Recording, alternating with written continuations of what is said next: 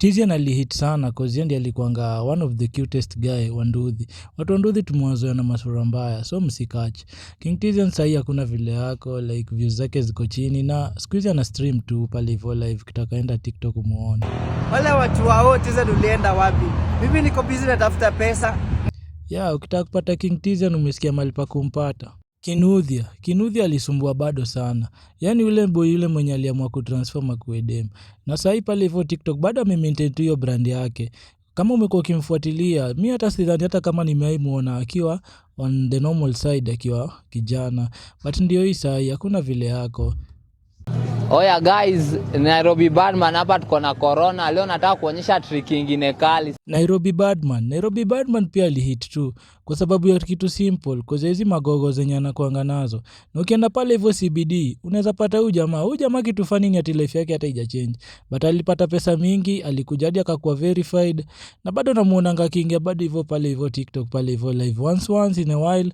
But ukiangalia saa hii hayuko recommendation sana kama kitambo. Na hata tukipitia account yake tumekuwa tukiona low views pale hivyo, hadi alianza tena kupost hivi juzi tu hivi makaribuni. Acha tuone kama ataweza kuja tena na comeback ingine deadly. But for now Nairobi Badman anafaa jue vile anarudisha brand juu. Walipatana na Mrashia, mimi sitawajaji. Those women, they saw their opportunity to come to Europe and they used it well with their pussies. Nyako ni mama fulani hapo alikata kuzeeka. Baada ameiva though, hata kama amezeeka, but tukinotice sahi hayuko popular sana pale hivyo TikTok. But ukiangalia ni watu wenye wamezoea kwenda pale hivyo live, anapata more followers through na live. But ukiangalia posting yake iko chini. Hata siku hizi hatuko recommended sana video za Nyako. Na Nyako ni mtu mwenye sahi ameachwa tu sasa kwa kipiga tu makelele pale hivyo TikTok juu. Ni mtu mwenye kama unamfollow utaona vile huwa anaongea. Ni mtu mwenye ananga bricks za mdomo na anaongea sana.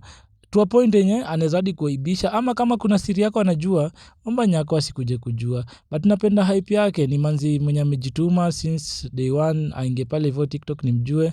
Na plus amesaidia watu wengi. Attitude yake ndio kidogo saa zingine inaweza kuwa off, but ni mtu mwenye mkielewana mnaweza jua venye mnapush hapo hivyo na yeye.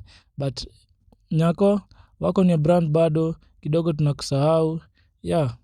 Being said, kijana alitesa. Kwanza zile misimu za corona, kijana alisumbua. Na kitu nini notice na kijana, watu wengi wenye wamekuwa interact na yeye wamesema kijana ni mtu mwenye vile family ingia, alianza maringo pale hivi akaanza kujiona yeye ni star. Hadi alikuwa kwa ile group ilikuwa inajitanga triple pack. Kijana ndiye alileta kiburi na akaingia. Saa hii ukiangalia video zake alikuja hadi akatulia though.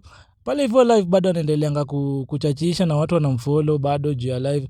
But kijana alishaisha. Lucy Smiles alichachisha sana. Kwanza na ile challenge fulani ile yenye Diamond alipiganga ile inaanzaje. Hapo hivyo ndo Lucy Smiles nyota yake ilianza kung'aa.